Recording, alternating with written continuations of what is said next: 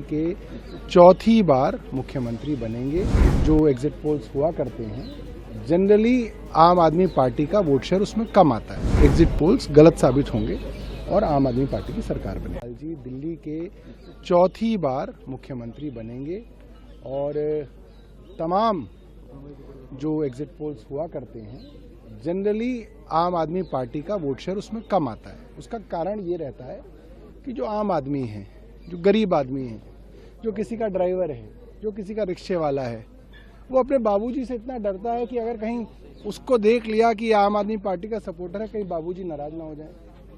जो पड़ोस में बाहुबली रहता है, वो जब टेढ़ी आंख से देखता है तो गरीब आदमी डर जाता है। वो कहता है यार ये पड़ोसी मेरा जीना नहीं देगा, तो अपनी बात कह नहीं पाता है। मगर पोलिंग स्टेशन के अंदर वो गरीब आदमी, वो कुचला हुआ दबा हुआ आदमी जिसके लिए आज़ादी के असली मायने थे, वो आदमी अपने मत से वोट देता है। और मुझे लगता है इसलिए जो है एग्जिट पोल्स गलत साबित होंगे और आम आदमी पार्टी की सरकार बनेगी। एसीबी कल आई थी सर केजरीवाल जी के घर पे, उस पे क्या कहते हैं? एसीबी को कहता हूँ कि वो चुल्लू भर पानी में उसे डूब मरना चाहिए। जो खाकी वर्दी उन्होंने पहनी है वो भारतीय जनता पार्टी के भगवे से नहीं निकली है, वो देश के संविधान से निकली है, इसीलिए खाकी है, वरना भगवा होती या किसी और देश में होती तो कोई और रंग की होती।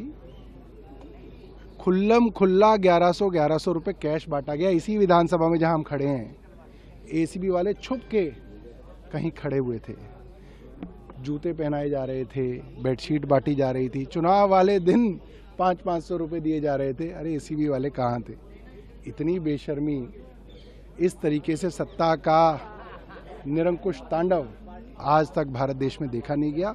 और ये बहुत ज़्यादा जो है शर्म की बात है कि पूरा विश्व देख रहा है कि एक दुनिया की सबसे बड़ी पार्टी कहलाने वाली भारतीय जनता पार्टी एक छोटे से राज्य को, जिसको ये राज्य भी नहीं मानते, उस म्यूनिसिपैलिटी के मुख्यमंत्री के इलेक्शन के लिए उन्होंने सारी लोक लज्जा त्याग कर बिल्कुल जो है निर्वस्त्र हो गए। ये बहुत शर्म की क्या एक तरफा कार्रवाई हो रही है सर? और दूसरा सवाल इसी में सर, क्यों बाकी पार्टियों के आप लोगों के आरोपों को गंभीरता से नहीं ले रहे हैं? आपको हर बार कहते हैं कि नहीं ये पार्टी झूठ बोल रही है। अब देखिए, उनको अपनी नौकरी बचानी है।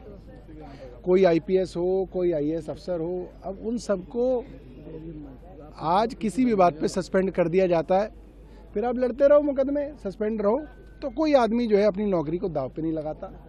और इसी तरीके से जो है आज प्रजातंत्र चल रहा है। जो लोग अच्छे भी हैं वो भी अपने बीवी बच्चों को सोच के जो है ज़्यादा सरकार के खिलाफ जो है खड़े नहीं हो पाते, आवाज़ नहीं उठा पाते हैं। लोग सोचते हैं कि चलिए देखिए जैसा भी है, क्योंकि उनकी अपनी मजबूरियां हैं। समस्या जो है वो भारतीय जनता पार्टी की केंद्र सरकार के अंदर है। 17C अपलोड करने की एक्सरसाइज आप लोगों ने की, क्या इसी वजह से इस बार अप्रॉक्सीमेट ट्रेंड के बाद बढ़ोतरी नहीं हुई? आई थिंक देश में पहली बार एक पार्टी ने एक इनिशिएटिव लिया कि हमारे एक पोलिंग बूथ पे जो हमारा एजेंट बैठा था उसने फॉर्म 17C की कॉपी ली। वो कॉपियां इकट्ठी हुई, कोलेट हुई और उनको हमने अपलोड किया ताकि इलेक्शन कमीशन के पास कोई गुंजाइश ना बचे कि वो वोटों को बढ़ा सकें। और उसके बाद इलेक्शन कमीशन को मजबूरन अपना डेटा शेयर करना पड़ा। ये प्रजातंत्र के अंदर एक बहुत गंभीर बात है कि इलेक्शन कमीशन का काम एक राजनीतिक दल को करना पड़ रहा है और इलेक्शन कमीशन की कोई जवाबदेही नहीं है।